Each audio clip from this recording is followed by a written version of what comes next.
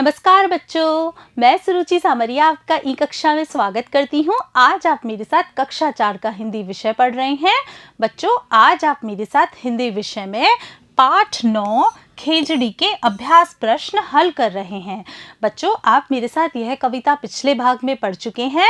आप राजस्थान के राज्य वृक्ष खेजड़ी के बारे में बहुत सारी अच्छी अच्छी बातों को पढ़ चुके हैं। बच्चों, यहाँ पर हम कविता से संबंधित ही प्रश्नों को हल करेंगे। तो आइए देखते हैं हमारा पहला प्रश्न क्या है। खेजड़ी के बारे में अच्छी बातें कौन कौन सी है। बच्चों, आपने कविता बहुत ही ध्यानपूर्वक पढ़ी है। कविता में हमें खेजड़ी के बारे में बहुत सारी बातें बताई गई थी।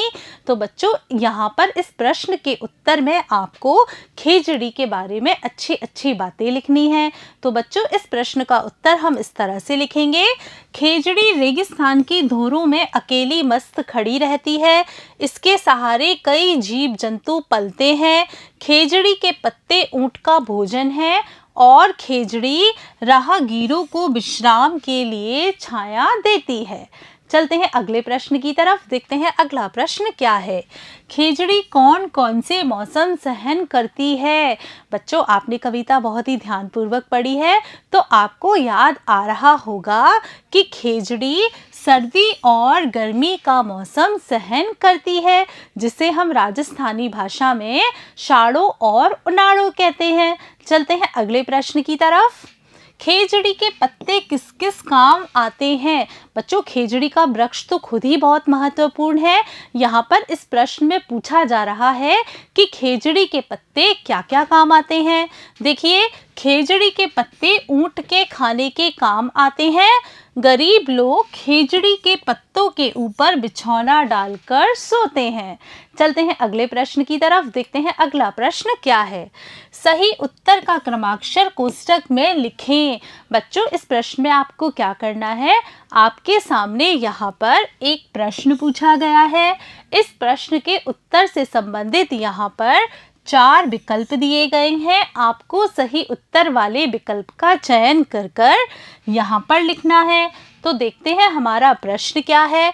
धन धन शब्द आए हैं। बच्चों, आपने कविता बहुत ही ध्यानपूर्वक पढ़ी है।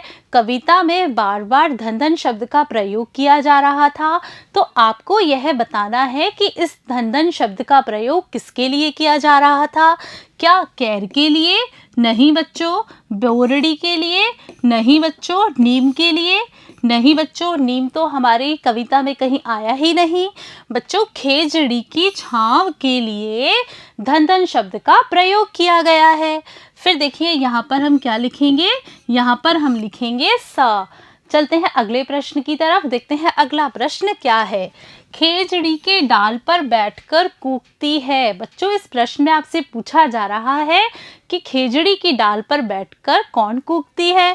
क्या कौवा कूकता है? नहीं बच्चों, कौवा तो काऊ काऊ करता है। ऊंट कूकता है? नहीं बच्चों, यह खेजड़ी की डाल पर तो बैठ ही नहीं सकता और ऊंट तो अड़ाता है। कुर्जा बोलती है? नहीं बच्चों, खेजड़ी के डाल पर कोयल बैठकर कूकती है। तो हम यहाँ पर क्या लिखेंगे, यहाँ पर हम लिखेंगे ब। चलते हैं अगले प्रश्न की तरफ। देखिए, अगला प्रश्न है रिक्त स्थानों की पूर्ति करें।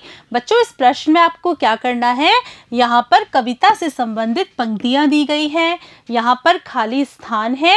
यहाँ पर कोष्ठक में कुछ शब्द दिए गए हैं। इन शब्दों में से उचित शब्द का चयन कर इन रिक्त स्थानों की पूर्ति करनी है। तो देखते हैं सबसे पहला क्या है, नितरा थारे। बच्चों, इसमें क्या आएगा, इसमें आएगा नितरा ओल्यू दोल्यू थारे। तो यहाँ पर हम क्या लिख देंगे, ओल्यू ओल्यू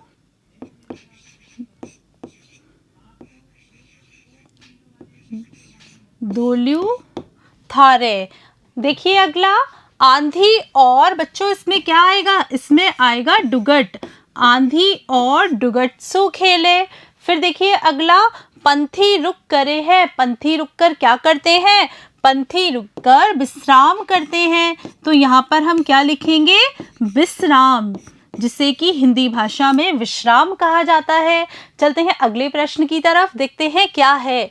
खेजड़ी के साथी कौन कौन से पेड़ हैं?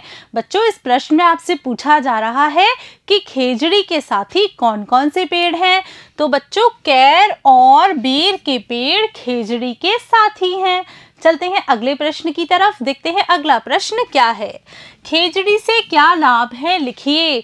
बच्चों, इस प्रश्न में आपको खेजड़ी से होने वाले लाभ के बारे में लिखना है। तो हम इस प्रश्न के उत्तर में क्या लिखेंगे, देखिए। खेजड़ी से पक्षियों को, पशुओं को और राहगीरों को छाया मिलती है। खेजड़ी के पत्ते ऊंट के भोजन में काम आते हैं। मरुस्थल की गर्मी में तपती धूप में लोगों का एकमात्र सहारा खेजड़ी ही है। चलते हैं अगले प्रश्न की तरफ, देखते हैं अगला प्रश्न क्या है। खड़ी एकली थू मदमाती कैर बोरड़ी थारा साथी धौरा में तू किकर जीवे किया रेत में खावे पीवे।